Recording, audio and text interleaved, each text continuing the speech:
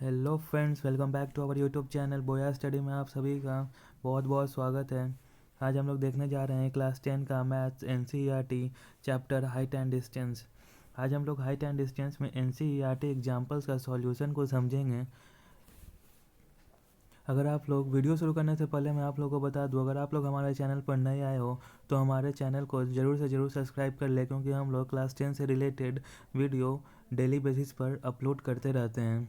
Video शुरू करने से पहले मैं आपको ये भी बता दूं, अगर आप लोग इस वीडियो से पहले वाले वीडियो को नहीं देखे हैं तो पहले आप लोग वो वीडियो को ज़रूर से ज़रूर देख लें, क्योंकि पिछले वीडियो में आपके लिए हाइट एंड डिस्टेंस का जितना भी थ्योरी है इम्पॉर्टेंट एनसीईआरटी बेसिस का, मैं आप लोग को उस वीडियो में बता चुका हूँ। अगर आप लोग वो वीडियो को देख लोगे तो आपको आने वाले क्वेश्चन को सॉल्व करना काफ़ी इजी हो जाएगा। आई होप आप लोग वो वीडियो को पहले जाकर ज़रूर देख लें। चलिए अब हम लोग देख लेते हैं हाइट एंड डिस्टेंस का एनसीईआरटी एग्जाम्पल्स। तो हमारा एग्जाम्पल नंबर 1 जो है उसमें बोला है, आप लोग देखो, अ tower stands vertically on the ground. एक टावर है, कह रहा है कि एक टावर है जो कि ग्राउंड पे खड़ा है। From a point on the ground which is 15 metre away. उस टावर से एक पॉइंट है जो कि 15 मीटर दूर है। From the foot of the tower the angle of elevation of the top of the tower is found to be 60 degree. जो angle of elevation है ये from the point to the top of the tower, मतलब इस point, मान लीजिए वो point सी है, तो टावर के टॉप पे जो एंगल ऑफ एलिवेशन बन रहा है वो 60 डिग्री बन रहा है। तो हमसे पूछा है कि हमें टावर का हाइट बताना है, find the height of the tower. तो ऐसे क्वेश्चन को जब भी सॉल्व करना है तो पहले आप लोग को क्वेश्चन को अच्छे से पढ़ लीजिएगा, क्योंकि ये सबसे एक इम्पॉर्टेंट पार्ट होता है हाइट एंड डिस्टेंस के क्वेश्चन को सॉल्व करने का। तो जैसे जैसे क्वेश्चन है बोला, मैं पहले उसके अनुसार डायग्राम बना दिया। अब आप लोग देखो इसे सॉल्यूशन में कैसे लिखना है और इस क्वेश्चन को हम लोग कैसे सॉल्व करेंगे। तो सबसे पहले हम लोग लिखेंगे let A B the height of the tower. हम लोग मान लिए जो ए बी है वो टावर का हाइट है और B C the distance of the point from the foot of the tower. और ये जो बी सी है ये डिस्टेंस है उस पॉइंट और टावर के बीच में, और बी सी जो है ये 15 मीटर ऑलरेडी हमें गिवन है क्वेश्चन में।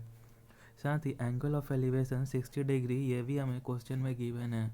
अगर आप लोग को एंगल ऑफ एलिवेशन और एंगल ऑफ डिप्रेशन में कन्फ्यूजन है तो मैं आप लोग को बता दूं, जब भी हम लोग नीचे से किसी चीज़ को ऊपर की ओर देखते हैं तो वो जो लाइन है वो लाइन ऑफ साइट कहलाता है, और जो बेस है ये है हॉरिजेंटल लाइन बन कहलाता है।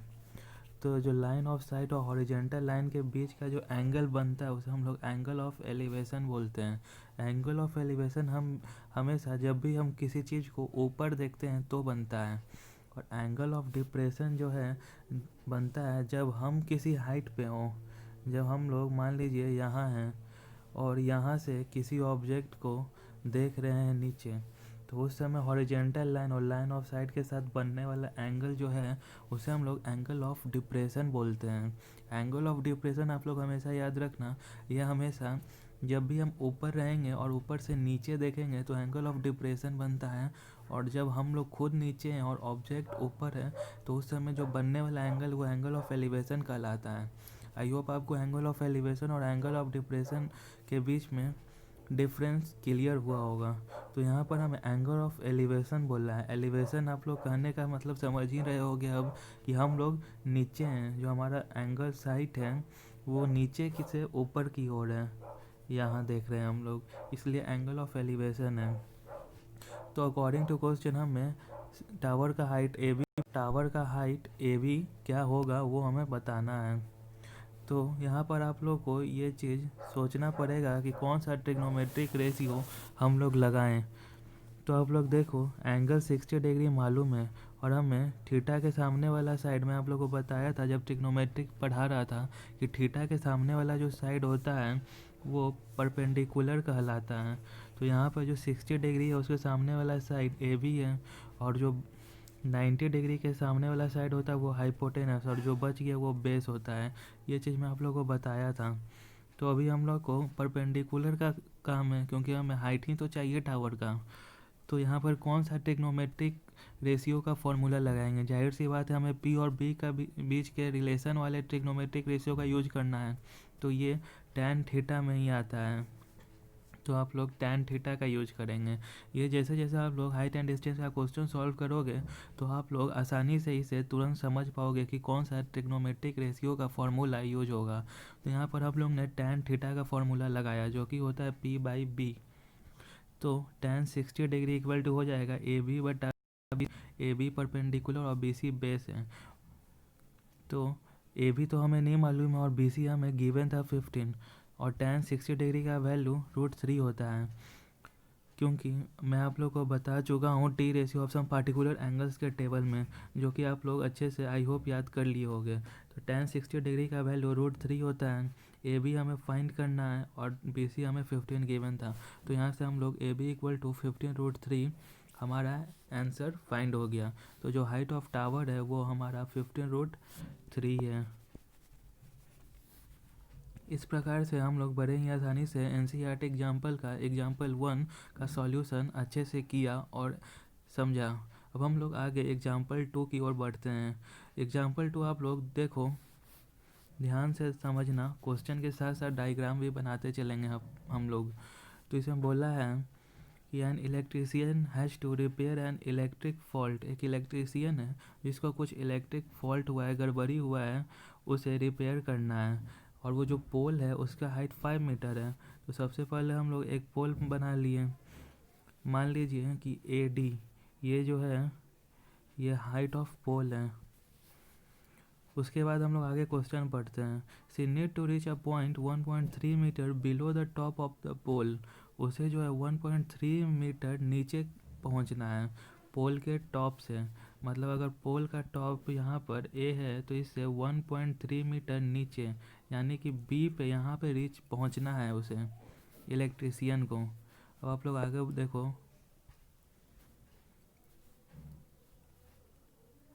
क्यों? टू अंडरटेक रिपेयर वर्क करने के लिए। क्वेश्चन में हमें बोला है कि what should be the length of the ladder. वो जो सीढ़ी लगाएगा इलेक्ट्रीशियन पोल पे पहुंचने के लिए, उसका लंबाई कितना होगा। That she should use which one inclined at an angle 60। जब वो सीढ़ी को 60 डिग्री एंगल पे इंक्लाइन करेगा, रखेगा, तो लेंथ ऑफ लैडर कितना होना चाहिए। साथ ही हमें ये भी फाइंड करना है also how far from the foot of the pole should she place the foot of the ladder और पोल के बीच का दूरी कितना होगा, हमें ये भी बताना है। तो सबसे पहले हम लोग एक डायग्राम बना लिए जिसमें ए डी जो है ये टोटल हाइट ऑफ द पोल है, और बी डी जो है वो हाइट है जिसका इलेक्ट्रीशियन को पहुंचना है, और बी पॉइंट जो है वो जो टावर का टॉप है ए उससे 1.3 मीटर बिलो है। तो total height of the tower हमें 5 मीटर गिवन था, और ए से बी का बीच का दूरी जो है 1.3 मीटर हमें बोला था। तो बी डी का हम लोग दूरी निकाल सकते हैं 5 माइनस 1.3 मीटर करके, जो आएगा 3.7 मीटर। तो हम लोग यहाँ से 3.7 मीटर बी डी का हाइट पता चल गया। साथ ही जो हमें क्वेश्चन में बोला था, जो सीढ़ी ये लगाया है इलेक्ट्रीशियन वो 60 डिग्री एंगल पे इंक्लाइंड है, जैसा कि आप लोग देख सकते हो इस फिगर में। और ये पॉइंट सी हम लोग मान लिए। तो देखो इसे कैसे सॉल्व किया गया है। इसमें हम लोग क्वेश्चन में हमें ये भी बोला गया है कि जो √3 का वैल्यू उसे हम लोग 1.73 लेंगे। अब देखो इसे हम लोग ने कैसे लिखा है। Electrician required to reach at point B. Electrician को पॉइंट बी तक जाना है। तो बी डी का हाइट क्या होगा, तो मैं आप लोग अभी यहाँ पे बताया था A D total height of the tower minus A B. तो 5 माइनस 1.3 मीटर कर दिए, तो अपना जो बी डी का हाइट है, जो इस हाइट पे इलेक्ट्रीशियन को पहुँचना है, वो 3.7 मीटर आ गया। अब बी सी जो है, बी सी, ये देखो ये बी सी है, ये जो है लेंथ ऑफ लैडर को रिप्रेजेंट कर रहा है, और सी डी जो है रिप्रेजेंट कर रहा है distance from the pole. C D जो है ये डिस्टेंस फ्रॉम द पोल को रिप्रेजेंट कर रहा है। अब देखो हम लोग ने साइन थीटा लगाया है फॉर्मूला। साइन थीटा हम लोग क्यों लगाए हैं, आप लोग देखो। साइन थीटा यहाँ पर सोचो क्यों लगा, साइन थीटा इक्वल टू होता है p/h। अब आप लोग देखो यहाँ पे हमें h नहीं गिवन है, डायग्राम में हाइपोटेनस नहीं है, लेकिन परपेंडिकुलर थीटा के सामने वाला साइड है, तो यहाँ से हम लोग हाइपोटेनस आसानी से निकाल सकते हैं। इसीलिए हम लोग साइन थीटा का यूज किए हैं, क्योंकि साइन थीटा p/h होता है। तो साइन 60 डिग्री हो जाएगा BD/BC हो जाएगा। देखो साइन 60 डिग्री, थीटा के सामने वाला साइड BD है और हाइपोटेनस चाहिए p/h होता है तो BC, तो BD/BC। तो हम लोग ने, और साइन 60 डिग्री का वैल्यू आप लोग को मालूम है टेबल के अनुसार, जो मैं आप लोग को बताया था √3/2 होता है। तो साइन 60 डिग्री का वैल्यू हम लोग ने पुट कर दिया, तो √3/2 लिख दिया। BD का हमें हाइट मालूम था 3.7 लिख दिया, और BC हमें फाइंड करना है जो कि है लेंथ ऑफ द लैडर। तो जब हम लोग ने इसे वैल्यू पुट किया तो आप लोग देखो BC इधर चला आया और 2 इधर जब गया तो डिवाइड में था तो मल्टीप्लाई में चला आया, और ये मल्टीप्लाई में इधर था तो ये जब इधर जाएगा तो ये डिवाइड में हो जाएगा। अगर आप लोग को यहाँ कन्फ्यूजन हुआ होगा तो मैं आप लोग को सॉल्व करके यहाँ पे बता देता हूँ ताकि आपका कन्फ्यूजन क्लियर हो जाए। √3/2 इक्वल टू 3.7/BC था, तो BC को हम लोग ने इधर भेज दिया, तो BC √3 इक्वल टू 3.7 इंटू 2 हो गया, क्योंकि जब डिवाइड में था तो मल्टीप्लाई में चला जाएगा। अब देखिए यहाँ पर ये √3 मल्टीप्लाई में, तो जब ये LHS से RHS में जाएगा तो डिवाइड में हो जाएगा, इसलिए BC इक्वल टू 3.7 इंटू 2/√3 हो गया। वही चीज़ हम लोग ने यहाँ पर किया और सॉल्व करके हमारा जो आंसर है वो 4.28 मीटर अप्रॉक्स आएगा। तो हमारा जो लेंथ ऑफ द लैडर है वो 4.28 मीटर यहाँ से निकल गया। अब हमें क्वेश्चन में बोला था कि डिस्टेंस भी लैडर का चाहिए from the foot of the pole. जो पोल है आप लोग यहाँ पर देखो, जो पोल है यहाँ पर D है और C, इन दोनों के बीच का हमें डिस्टेंस भी चाहिए। तो इसके लिए कौन सा ट्रिग्नोमेट्रिक रेशियो का आप लोग यूज कर सकते हो, तो यहाँ पर आप लोग tan थीटा का यूज करोगे, क्योंकि tan थीटा जो है वो p/b होता है। इसमें परपेंडिकुलर और बेस का रिलेशन है, और हमें परपेंडिकुलर ऑलरेडी मालूम है और बेस नहीं मालूम है, तो tan थीटा का यूज किए। तो वही चीज़ हम लोग ने यहाँ किया है, तो tan 60 degree equal to BD/CD हो जाएगा। BD मैं आप लोग को बताता हूँ, tan 60 डिग्री हो जाएगा BD/CD p/b। तो BD/CD कर दिया, और tan 60 डिग्री का वैल्यू √3 होता है। BD हमें मालूम था 3.7 और CD हमें निकालना था, तो हम लोग ने इस प्रकार CD हो जाएगा 3.7/√3, और यहाँ से सॉल्व करके 2.14 मीटर अप्रॉक्स हमारा आंसर आ गया। तो जो लेंथ ऑफ द लैडर था वो 4.28 मीटर है, और जो डिस्टेंस था लैडर और पोल के बीच का वो 2.14 मीटर आया। इस प्रकार से हम लोग एग्जाम्पल 2 को समझें। अब आगे हम लोग एग्जाम्पल 3 की ओर बढ़ते हैं। एग्जाम्पल 3 में हमें बोला है an observer 1.5 metre tall is 28.5 metre away from a chimney. तो हम लोग ने सबसे पहले एक चिमनी बना लिया और एक ऑब्जर्वर बना लिया। ऑब्जर्वर का हाइट हमें मालूम दिया है 1.5 मीटर, और जो चिमनी है उससे ऑब्जर्वर का दूरी 28.5 मीटर है। The angle of elevation of the top of the chimney from her eyes is 45 degree. मतलब ऑब्जर्वर का आई हम लोग मान लीजिए यहाँ है, तो इससे टॉप ऑफ द चिमनी का जो एंगल ऑफ एलिवेशन बन रहा है वो 45 डिग्री बन रहा है। तो हमें हाइट ऑफ द चिमनी बताना है कि जो चिमनी का हाइट है AB का हाइट कितना होगा। तो देखिए हम लोग ने इसे कैसे सॉल्व किया। मान लिए सबसे पहले हम लोग लिखेंगे let AB be the chimney. जो हम लोग ने डायग्राम बनाया उसे हम लोग को एक्सप्लेन करना पड़ता है कि किसको क्या माने हैं, और CD इज़ द ऑब्जर्वर। मान लिए AB जो है वो चिमनी का हाइट है और CD जो ये ऑब्जर्वर है, and angle AD is the angle of elevation. Angle ADE जो है एंगल ऑफ एलिवेशन है। हमें हाइट ऑफ द चिमनी चाहिए, तो हाइट ऑफ द चिमनी जो है उसको हम लोग AB को हम लोग लिख सकते हैं AE+B। आप लोग यहाँ पर देखो, इसको हम लोग लाइन इसलिए खींचे हैं, ऐसा हम लोग इसलिए किए हैं ताकि देखो जब दो पैरेलल लाइन रहता है जब दो पैरेलल लाइन रहता है तो उसके बीच का जो ये डिस्टेंस है ना, ये भी इक्वल होता है। तो यहाँ पर हम लोग कर सकते हैं जो BC का डिस्टेंस है और DE का डिस्टेंस वो भी इक्वल होगा, क्योंकि जो AB और CD है वो पैरेलल है। अगर दो पैरेलल लाइन है तो उसके बीच का जो डिस्टेंस है तो वो DE है और BC है वो भी इक्वल होगा। पैरेलल हम लोग इसलिए बोलेंगे क्योंकि दोनों वर्टिकली स्ट्रेट ग्राउंड से खड़ा है, इसलिए हम लोग इस प्रकार के क्वेश्चन में इसे सॉल्व करने के लिए एक अलग से कंस्ट्रक्शन कर लेते हैं, जो कि हम लोग ने यहाँ पे DE किया है ताकि एंगल ऑफ एलिवेशन बन सके।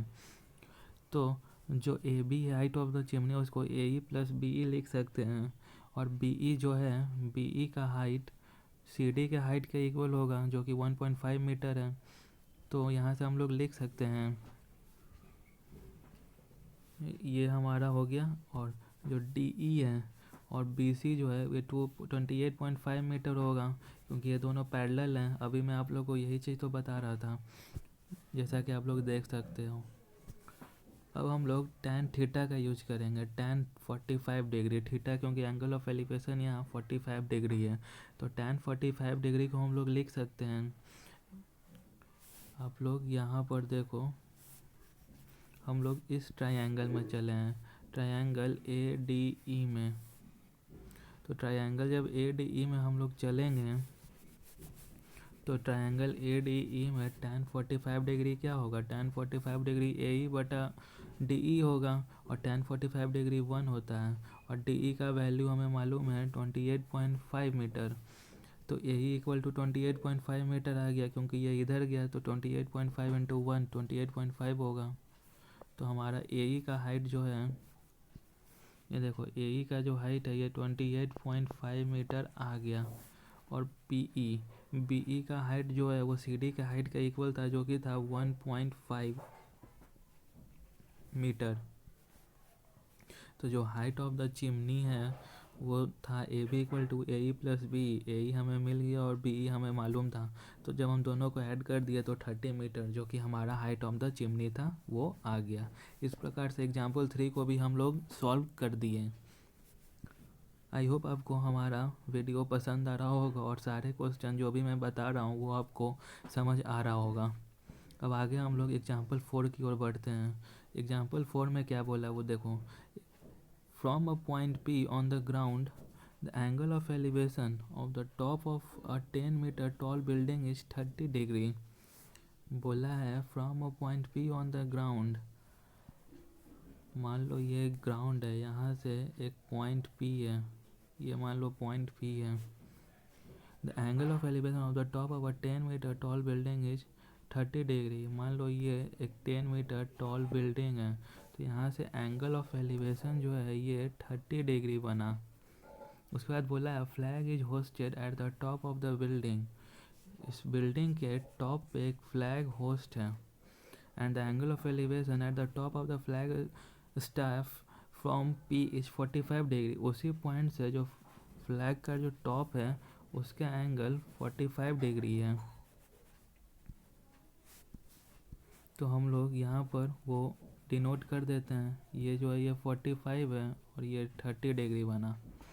तो एंगल ऑफ एलिवेशन 45 डिग्री। तो हमें बताना है find the length of the flag step. ये जो फ्लैग है इसका लेंथ क्या होगा, and the distance of the building from the point, और ये दोनों के बीच का डिस्टेंस क्या होगा। तो जैसा कि आप लोग देख सकते हैं, हम लोग बड़े ही आसानी से क्वेश्चन को बढ़ते हुए डायग्राम बना लिए। अब बस इसे हमें सॉल्व करना है। तो देखिए आप लोग कैसे हम लोग सॉल्व किए। तो जैसा कि आप लोग देख सकते हैं, यहाँ पर हम लोग वो बिल्डिंग को, वो डायग्राम जो था उसे बना लिया। अब उसे हम लोग लिखे कैसे हैं, इसमें देखिए let AB be the height of the building. ये जो AB है हम लोग मान लिए कि बिल्डिंग का हाइट है, और वो कितना है, वो 10 मीटर गिवन था क्वेश्चन में।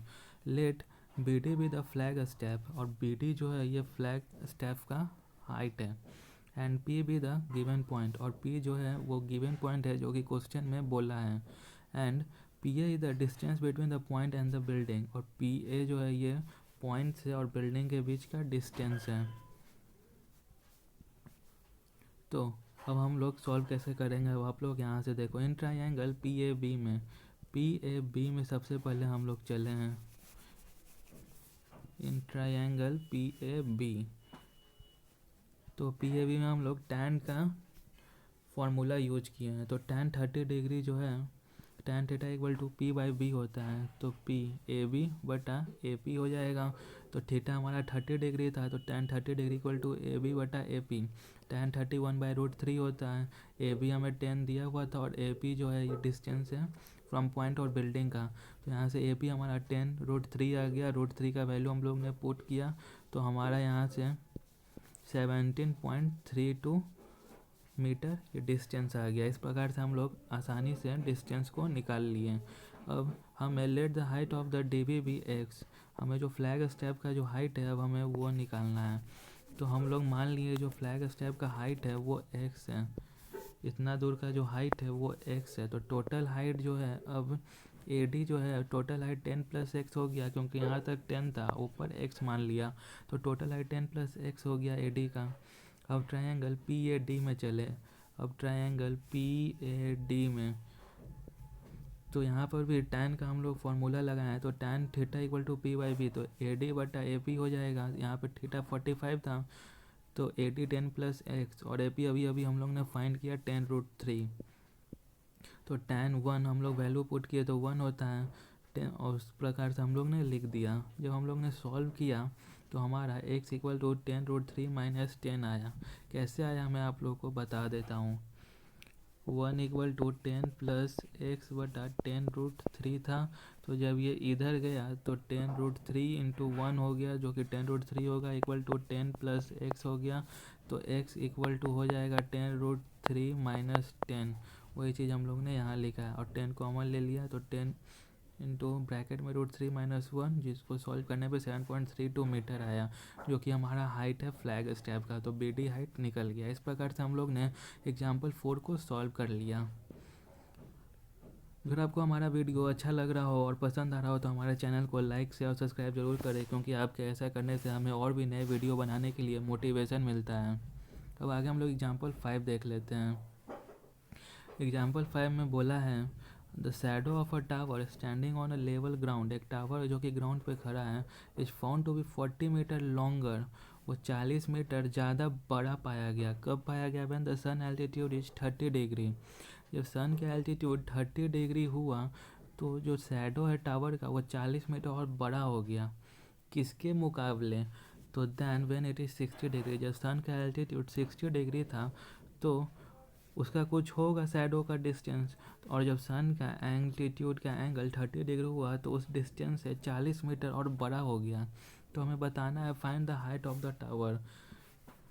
तो ये क्वेश्चन बहुत ही इंटरेस्टिंग है, इसे आप लोग बहुत अच्छे से समझना। तो सबसे पहले हम लोग एक टावर बना दिया जिसका हाइट है AB, जिसका हम लोग AB से रिप्रेजेंट कर लिए, और इसका हाइट हमें नहीं मालूम है, वही फाइंड करना है। अब मान लिए कि यहाँ पर आप लोग कन्फ्यूजन होगा 60 डिग्री यहाँ क्यों लिए और 30 डिग्री यहाँ क्यों लिए। यहाँ पर भी तो 60 डिग्री लिख सकते थे और 30 यहाँ पर भी। तो ऐसा नहीं है। ऐसा क्यों नहीं है मैं आपको बताता हूँ। जब भी मान लो ये एक टावर है, जब आप यहाँ हो तो आपको अपना सर थोड़ा उठाना पड़ता है इसके हाइट को, इसके टॉप को देखने के लिए। लेकिन जब आप इसके नज़दीक आ जाओगे इस बिल्डिंग के, जब आप यहाँ पहुँच जाओगे तो आपको अपना सर ज़्यादा उठाना पड़ेगा उस बिल्डिंग के टॉप को देखने के लिए। तो जब आप अपना सर ज़्यादा ऊपर उठाओगे उस बिल्डिंग को टॉप को देखने के लिए तो यहाँ पर बड़ा एंगल होगा, और जब आप दूर होगे तो यहाँ पर छोटा एंगल बनेगा। इसीलिए 30 डिग्री हम लोग दूर बनाएं और 60 डिग्री नज़दीक बनाएं। और क्वेश्चन में हमें बोला था कि जब 30 डिग्री पे सन का एल्टीट्यूड होगा तो 40 मीटर दूर बनेगा। तो मान लिया हम लोग BC का जो डिस्टेंस है वो x है और CD का डिस्टेंस 40 मीटर लिख दिया। देखो हम लोग ने कैसे लिखा, आप लोग यहाँ पर अच्छे से समझना। तो हम लोग ने सबसे पहले late AB be the tower, AB जो है वो टावर। यहाँ तक तो हम लोग ने डायग्राम से बनाया क्वेश्चन के अनुसार। अब इस डायग्राम को हम लोग एक्सप्लेन करेंगे कि किसको क्या माने हैं। तो वही चीज़ हम लोग ने लिखा है let AB be the tower and BC the length of the shadow. BC जो है ये शैडो का लेंथ है। When the sun altitude it 60 degree, जब सन का एल्टीट्यूड 60 डिग्री था तब। That is the angle of elevation of the top of the tower from the tip of the shadow is 60 degree. ये मैंने आप लोग के लिए एक्सप्लेन किया है कि जो एंगल ऑफ एलिवेशन बना वो 60 डिग्री बना, जो शैडो का टिप से टावर का जो टॉप है वहाँ तक के लिए। अब देखिए dv the length of the shadow when the angle of elevation is 30 degree, और dv जो है ये लेंथ ऑफ द शैडो है। जब 60 डिग्री था तब तो आपका लेंथ ऑफ शैडो bc था, लेकिन जब 30 डिग्री हुआ तो लेंथ ऑफ शैडो आपका dv हो गया। इस चीज़ को आप लोग यहाँ पर अच्छे से समझ लेना। उसके बाद हम लोग ने क्या किया, अब देखिए dv को हम लोग लिख सकते हैं dc प्लस bc। तो dc हमारा 40 मीटर गिवन था और bc हम लोग x मीटर मान लिए, तो टोटल dv जो है length of shadow 40 plus x हो गया। हम लोग हाइट ऑफ द टावर जो है वो h मान लिए, जो हाइट है टावर का h है। अब आप लोग देखो ट्रायंगल ए बी सी में जो tan 60 degree equal to A B बटा बी सी होगा, क्योंकि tan theta P by B होता है। तो ए बी एच है हाइट ऑफ द टावर, और बी सी भी हमें नहीं मालूम है, तो tan 60 equal to H by X लिख दिए, और tan 60 इक्वल टू √3 होता है। तो इसे हम लोग h इक्वल टू √3x हो गया, और ये हमारा इक्वेशन 1 हो गया। यहाँ तक आप लोग को समझ आया? ऐसा हम लोग क्यों किए ये आप लोग को आगे बताऊँगा मैं। अब उसके बाद हम लोग tan ए बी डी में चलेंगे, ट्रायंगल ए बी डी में। तो जब हम लोग ट्रायंगल ए बी डी में चलेंगे तो यहाँ पर tan 30 डिग्री ए बी बटा डी बी हो जाएगा। ऐसा करने के बाद हम लोग उस tan का वैल्यू पुट किए, तो tan 30 डिग्री 1/√3 होता है, और ए बी जो है हाइट ऑफ द टावर हम लोग इक्वेशन 1 से √3x निकाले थे, तो उस चीज़ को h का वैल्यू हम लोग √3x लिख दिए फ्रॉम इक्वेशन 1, और जो dv था वो 40 प्लस x तो है ही। अब आप लोग देखो यहाँ पर सब एक वेरिएबल में आ गया जो कि है x के वेरिएबल में आ गया, तो हमारा अब x का वैल्यू आसानी से फाइंड हो जाएगा। तो इसीलिए हम लोग ने यहाँ पर h इक्वल टू √3x निकाला था, ताकि h जो है ये एलिमिनेट होके x के फॉर्म में आ जाए। अब यहाँ पर सब एक फॉर्म में, एक वेरिएबल के फॉर्म में है, तो अब हमारा सॉल्यूशन आसानी से हो जाएगा। तो आप लोग देखो यहाँ पर मैं आप लोग को बताता हूँ, 1/√3 इक्वल टू √3x बटा 40 प्लस x है। तो जब क्रॉस मल्टीप्लिकेशन करेंगे तो 40 plus X into 1 equal to 40 plus X हो जाएगा, और √3x इंटू √3 इक्वल टू हो जाएगा 3x, क्योंकि √a इंटू √a होता है, तो उसी प्रकार √3 इंटू √3 हो जाएगा। अब इसको जब हम लोग ने सॉल्व किया, देखो यहाँ पर 40 plus x equal to 3x हो गया, x इधर चला गया तो 2x हो गया, और x जो हमारा 20 मीटर आ गया। तो x जब हमारा 20 मीटर आ गया तो BC जो लेंथ ऑफ शैडो था जब 60 डिग्री था तो वो हमारा 20 मीटर मिल गया। तो हम लोग h इक्वल टू √3x हम लोग ने एक फॉर्म इक्वेशन 1 से निकाला था, h इक्वल टू √3x। तो जब हम x का वैल्यू पुट किए तो 20√3, यही तो हमारा हाइट ऑफ द टावर है और यही तो हमें चाहिए था, तो ये हमारा आंसर बन गया। और इस प्रकार से हम लोग ने सॉल्यूशन किया। एग्जाम्पल 6 अब हम लोग देखते हैं एग्जाम्पल 6 में क्या बोला है। तो एग्जाम्पल 6 में बोला गया है the angle of depression of the top and bottom of an 8 metre tall building. यहाँ पर अच्छे से पढ़ना, द एंगल ऑफ डिप्रेशन बोला है, इसका मतलब हम लोग ऊंचाई पे हैं और नीचे देख रहे हैं। किसको देख रहे हैं? तो top and bottom of an 8 metre tall building. एक 8 मीटर टॉल बिल्डिंग है, उसके हम लोग टॉप पे देख रहे हैं और बॉटम पे देख रहे हैं, तो हम लोग ऊंचाई पे होंगे 8, यानी जाहिर सी बात है जहाँ पर हम लोग हैं वो 8 मीटर से टॉल बिल्डिंग है। तो कहाँ से देख रहे हैं आप लोग? यहाँ पर देखिए, from the top of a multi storeyed building. एक मल्टी स्टोरेड मतलब अपार्टमेंट टाइप का एक बहुत फ्लैट वाला बिल्डिंग है, वहाँ से हम लोग एक 8 मीटर टॉल बिल्डिंग के टॉप और बॉटम को देख रहे हैं। जो एंगल ऑफ डिप्रेशन बना है वो 30 डिग्री बना है और 45 डिग्री बना है। 30 डिग्री टॉप को देख रहे थे तो बना है, और 45 डिग्री बॉटम को देख रहे थे तब बना है। तो find the height of a multi storeyed building and the distance between the two building. तो जो मल्टी स्टोरेड बिल्डिंग जिस पे हम लोग हैं उसका हमें हाइट बताना है और दोनों बिल्डिंग के बीच का डिस्टेंस बताना है। तो आप लोग देखो हम लोग ने कैसे इसे सॉल्व किया है।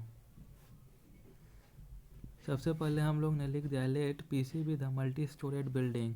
जो पीसी है ये मल्टी स्टोरेड बिल्डिंग हम लोग ने मान लिया कि ये पीसी जो है मल्टी स्टोरेड बिल्डिंग है जहाँ पर हम लोग खड़े हैं। और एबी भी 8 मीटर टॉल बिल्डिंग, एबी जो है 8 मीटर टॉल बिल्डिंग है। दोनों एक दूसरे के अपोजिट साइड होगा तभी तो हम लोग देख पाएंगे, इसलिए एक दूसरे के अपोजिट साइड हम लोग ने बना दिया। अकॉर्डिंग टू क्वेश्चन हमें height of multi storeyed building जो कि पीसी का हाइट बताना है और डिस्टेंस बिटवीन दो बिल्डिंग के बीच का डिस्टेंस जो कि एसी है, हमें ये बताना है। अब आप लोग ध्यान से देखो इस क्वेश्चन को कैसे सॉल्व किया है। ये एक बहुत ही इंपॉर्टेंट क्वेश्चन है जो कि एग्जाम में अक्सर पूछा जाता है। अब एंगल ऑफ डिप्रेशन जो बना तो angle Q P B, angle Q P B, जब भी एंगल इस फॉर्म में लिखा हो तो जो बीच वाला एंगल क्यू पी बी, तो इसमें किस एंगल को रिप्रेजेंट किया गया है, तो जो बीच वाला पार्ट है ना ये उस एंगल के पोजीशन को रिप्रेजेंट करता है। तो एंगल पी को यहाँ पर दिखाया गया है जो कि है 30 डिग्री। तो यहाँ पर हम लोग ने लिखा एंगल क्यू पी बी जो है एंगल पी बी डी के इक्वल होगा। ऐसा क्यों होगा 30 डिग्री होगा, और ऐसा क्यों होगा क्योंकि जब दो पैरेलल लाइन को कट करता है एक ट्रांसवर्सल लाइन तो जो अल्टरनेट एंगल होता है वो इक्वल होता है। तो आप लोग यहाँ पर देखो, मैं आप लोग को बताता हूँ। यहाँ पर दो पैरेलल लाइन है, एक क्यूपी पैरेलल लाइन है और पीडी पैरेलल लाइन है, और ट्रांसवर्सल है अपना पीबी। तो यहाँ पर 30 डिग्री अगर बन रहा है तो यहाँ पर भी 30 डिग्री बनेगा। यही बोला गया है कि जब दो पैरेलल लाइन रहेगा और एक ट्रांसवर्सल लाइन के द्वारा कट किया जाएगा तो जो अल्टरनेट एंगल है ये इक्वल होगा। इसलिए एंगल क्यू पी बी और angle P B D equal है जो कि 30 डिग्री है। उसी प्रकार angle Q P A equal to angle P A C होगा जो कि 45 डिग्री होगा। और साथ ही साथ B D equal to A C होगा, B D equal to A C होगा क्योंकि दो पैरेलल लाइन के बीच का डिस्टेंस इक्वल होता है, जो कि मैं आप लोग के लिए यहाँ पर लिख दिया हूँ। अब देखो इसे सॉल्व कैसे करना है। तो इन ट्रायंगल पी बी डी में हम लोग चलेंगे। पी बी डी में, तो पी बी डी में हम लोग जब चलें तो tan 30 degree equal to P D बटा बी डी हो गया। tan theta equal to P by B होता है। tan 30 डिग्री इक्वल टू 1/√3 होता है और पी डी बटा बी डी हम लोग ने कर दिया। तो हमें ना पी डी मालूम है ना बी डी अभी मालूम है, इसलिए हम लोग B D equal to P D √3 कर दिए। हम लोग जो डिस्टेंस है दोनों के बीच का इसका वैल्यू निकाल दिए हैं फ़िलहाल, जो कि होगा B D equal to P D √3।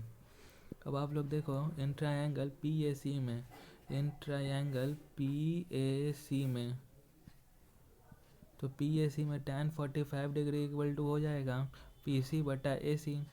तो वही चीज़ हम लोग ने यहाँ लिखा है tan 45 degree equal to P C बटा ए सी, और tan 45 1 होता है, 1 इक्वल टू अपन हम लोग ने पी सी बटा ए सी कर दिया। अब आप लोग यहाँ पर देखो जो पी सी है और ए सी है ये दोनों इक्वल हो जाएगा, क्योंकि ये जब इधर आएगा तो ए सी इंटू 1 ए सी ही रहेगा, तो P C equal to A C हो गया। तो कहने का मतलब है जो पी सी है, जो total height of the tower है और जो डिस्टेंस है वो दोनों इक्वल है। यहाँ से तो यही पता चल रहा है P C equal to A सी, और पी सी को हम लोग अब लिख सकते हैं P D plus D C. जो टोटल हाइट है पी सी इसको हम लोग तोड़ के P D plus D C लिख सकते हैं। तो P D plus D C equal to A C हो गया, P D plus D C equal to A C हो गया, और डी सी इक्वल टू 8 होगा, क्योंकि हमें मालूम है ए बी अगर 8 है तो डी सी भी 8 है। वही चीज़ हम लोग P D plus 8 equal to A C कर दिए, जैसा कि आप लोग यहाँ देख सकते हो, और ये हमारा इक्वेशन 2 हो गया।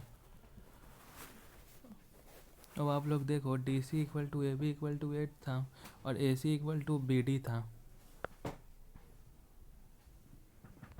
ए C equal to B D और A B equal to C D. यहाँ तक क्लियर है आपको।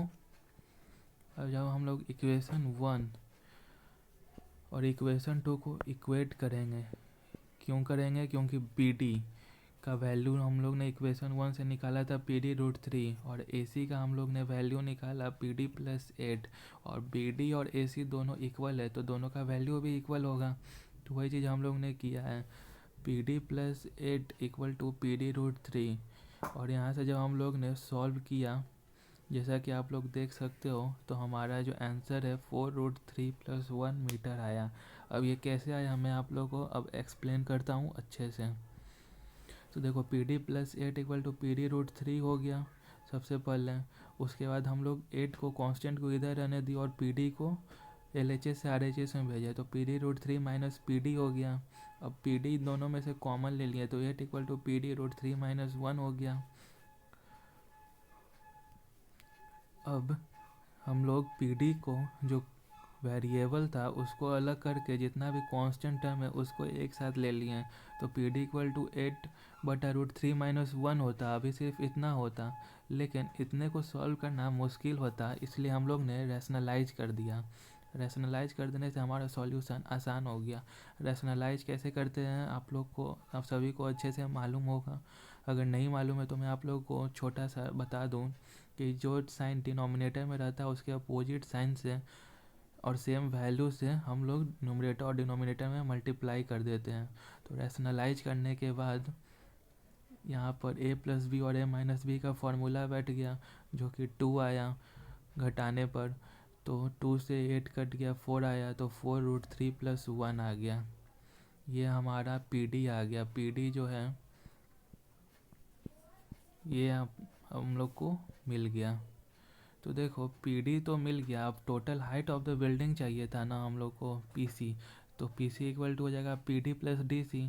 तो PD 4√3 + 1 आया और DC हमें 8 गिवन था।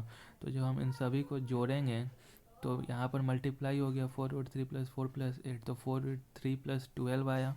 तो जब हम लोग यहाँ से कॉमन लिए तो हमारा जो हाइट ऑफ द बिल्डिंग है PC वो 4√3 + 3 मीटर आ गया। उसी प्रकार जो डिस्टेंस है बिटवीन द टू बिल्डिंग हो जाएगा AC इक्वल टू PD + 8। यहाँ पर देखो फ्रॉम इक्वेशन 2 से AC ही तो डिस्टेंस है between the two building AC, ये देखो।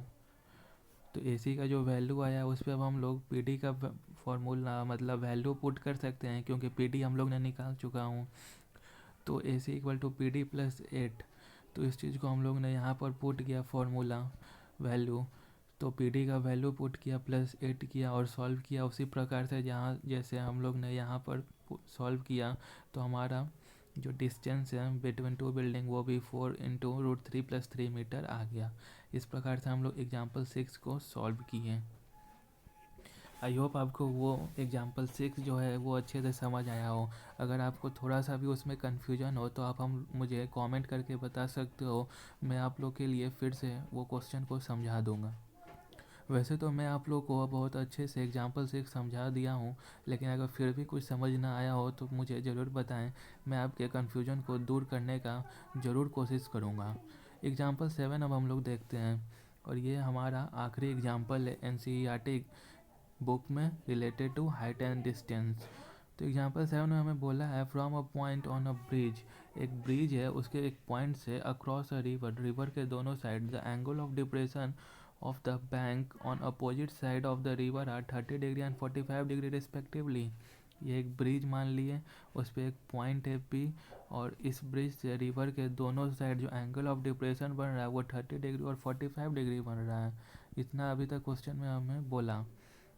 इसके बाद बोल रहा है if the bridge is at the height of 3 metre, जो ब्रिज है वो 3 मीटर के हाइट पे है from the bank of the river, तो find the width of the river. तो हमें विड्थ ऑफ द रिवर चाहिए। तो देखिए इसे हम लोग ने कैसे सॉल्व किया है। तो सॉल्यूशन में हम लोग सबसे पहले जो डायग्राम बनाया है उसे लिख देंगे।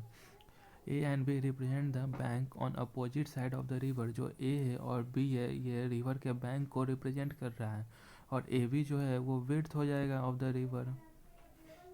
P is the point on the bridge. P जो है वो ब्रिज का वो पॉइंट है जहाँ से एंगल ऑफ डिप्रेशन हम लोग ने बनाया है, और हाइट ऑफ द ब्रिज जो है वो PD हो जाएगा, जो कि 3 मीटर गिवन है। अब हम लोग किए क्या हैं वो देखो आप लोग। Now angle QPA equal to angle PAD हो जाएगा। QPA इक्वल टू PAD, जब दो लाइन पैरेलल है और ट्रांसवर्सल से कट होता है तो अल्टरनेट एंगल इक्वल होता है। उसी से अभी मैं आप लोग को इससे पहले वाले एग्जाम्पल में बताया था, उसी प्रकार एंगल आर पी बी और angle P B D equal हो जाएगा अल्टरनेट एंगल से 45 डिग्री। अब इन ट्रायंगल पी ए डी में हम लोग चलें तो tan 30 degree equal to P D बटा ए डी हो गया। tan 30 डिग्री का वैल्यू पुट किया 1/√3, पी डी हाइट गिवन था और ए डी हम लोग फाइंड कर लिए, तो ए डी आया 3√3 मीटर। सिमिलरली उसी प्रकार एंगल पी बी डी में tan 45 डिग्री हो गया पी डी बटा B D. P D tan 45 का हम लोग वैल्यू पुट किए, पी डी हमें हाइट मालूम था, बी डी यहाँ से 3 मीटर आ गया, तो ए बी जो है वो A D plus D B हो जाएगा। तो उसका वैल्यू हम लोग पुट किए 3√3 प्लस 3 कॉमन ले लिए, तो 3 इंटू √3 प्लस 1 मीटर, ये जो है विड्थ ऑफ द रिवर हमारा आ गया। इस प्रकार से हम लोग ने NCERT एग्जाम्पल 7 भी कंप्लीट कर लिया और अच्छे से सॉल्यूशन को समझा। तो ऐसे हमारा NCERT example height and distance का कंप्लीट होता है। आई होप आपको हमारा ये वीडियो पसंद आया हो और अच्छे से समझ आया होगा। अगर वीडियो पसंद आया हो तो लाइक से और सब्सक्राइब ज़रूर करें। आगे आने वाले वीडियो में मैं आपको NCERT एक्सरसाइज बताऊंगा हाइट एंड डिस्टेंस का। NCERT हम लोग एक्सरसाइज देखेंगे जो कि है 9.1। तब तक के लिए धन्यवाद।